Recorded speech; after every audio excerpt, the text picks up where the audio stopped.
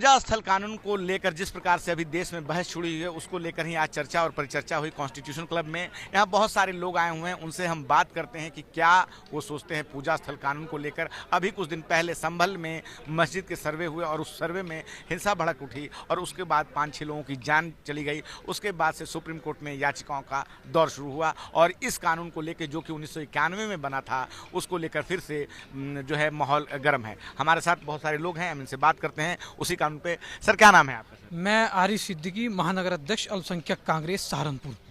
तो सर अब तो सुप्रीम कोर्ट में याचिका भी दाखिल हो गई और इस बात को भी कहा गया कि अब कोई याचिका किसी मस्जिद के सर्वे के लिए नहीं स्वीकार की जाए कि आपसी झगड़ों के 22 तीरगी में खो गए, आपसी झगड़ों के 22 तीरगी में खो गए, थे कभी शाहीन जो आज करगस हो गए, और हाथ में जुम्बिश नहीं और जुबा खामोश, कौम के सालार यार अब थक गए या सो गए। आज ये सबसे बड़ा प्रश्न चिन्ह अगर भारतीय जनता पार्टी के लिए है तो वहीं पर प्रश्न चिन्ह ये भी है कि देवबंदी शिया सुन्नी बरेलवी में बढ़ गए, अपने अपने मकसदों से इसीलिए हट गए, अपनी अपनी मस्जिदें हैं, अपने अपने पीर है, तरकशों में जंग खाए सारे टूटे तीर है, और सैकड़ों खुदा है जिनके एक जगह खड़े हैं, एक खुदा वाले सारे बिखरे हुए पड़े हैं। आज मुसलमान को चिंतन और मंथन करने की जरूरत है।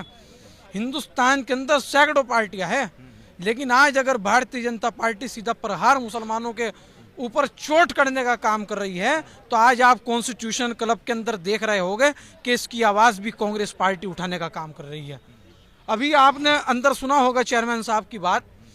कि बहुत सारे लोग आए सोनिया गांधी जी के पास कि आप सीए और एनआरसी का समर्थन मत करना और कांग्रेस पार्टी को नुकसान होगा,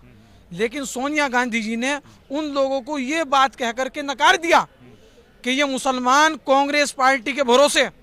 बाबा साहेब डॉक्टर भीमराव अंबेडकर के संविधान के भरोसे हिंदुस्तान के अंदर रुका था। हमें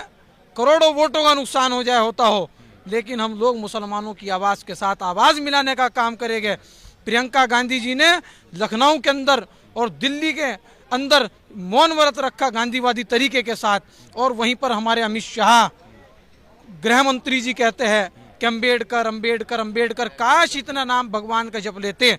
तो स्वर्ग मिल जाता। आप मुझे ये बताइए, दलित साथी तो बाबा साहेब को भगवान का ही रूप मानता है और संविधान उनके लिए और हमारे लिए एक पाक ग्रंथ है। तो आप मुझे ये बताइए, क्या ये मेरे दलित साथियों के ऊपर चोट नहीं है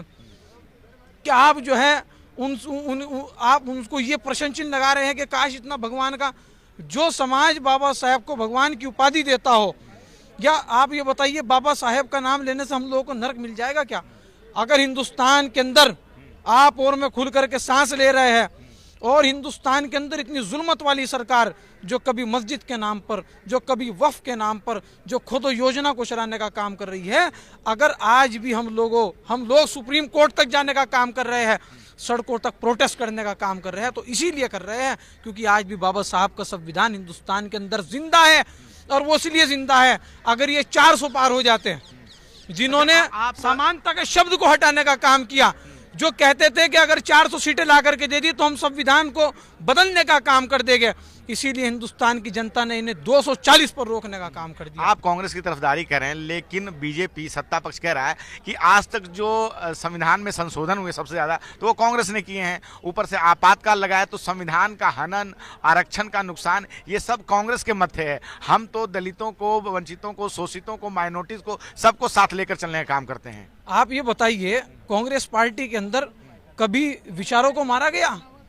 कांग्रेस पार्टी के अंदर कभी आपने देखा कि मुसलमानों को गालियां दी जा रही है, खोदो योजना चलाई जा रही है? आपने कभी देखा कि जब युवा नौकरी मांग रहा है तो उसको लाठी बरसाई जा रही है, किसान अपना हक मांग रहा है तो उनके लिए कीलें बिछाई जा रही है, और कोई विपक्ष की पार्टी का नेता अगर प्रदर्शन कर रहा है तो उनके लिए कीलें बिछाई जा रही है? उत्तर प्रदेश के लखनऊ के अंदर, जो लखनऊ तमीज़ और तहजीब का शहर जाना जाता था, जिस लखनऊ के अंदर अगर गुस्सा भी आता है या जिस लखनऊ के अंदर ट्रेन आ जाती है, उस लखनऊ के अंदर कहा जाता था कि पहले आप, उस लखनऊ के अंदर योगी जी ने कांग्रेस के कार्यकर्ताओं के लिए कीले बिछाने का काम किया है। अच्छा, आज तो आप लोग बाबा साहब भीमराव अम्बेडकर का नाम ले रहे हैं, लेकिन कांग्रेस ने ही उनको 2 चुनाव हरवाए और हिंदू कोड बिल के नाम जब पास नहीं हो पाया तो उन्होंने इस्तीफा दिया था। ये सारा दोष कांग्रेस के नाम पे ही है। ऐसा है, कांग्रेस पार्टी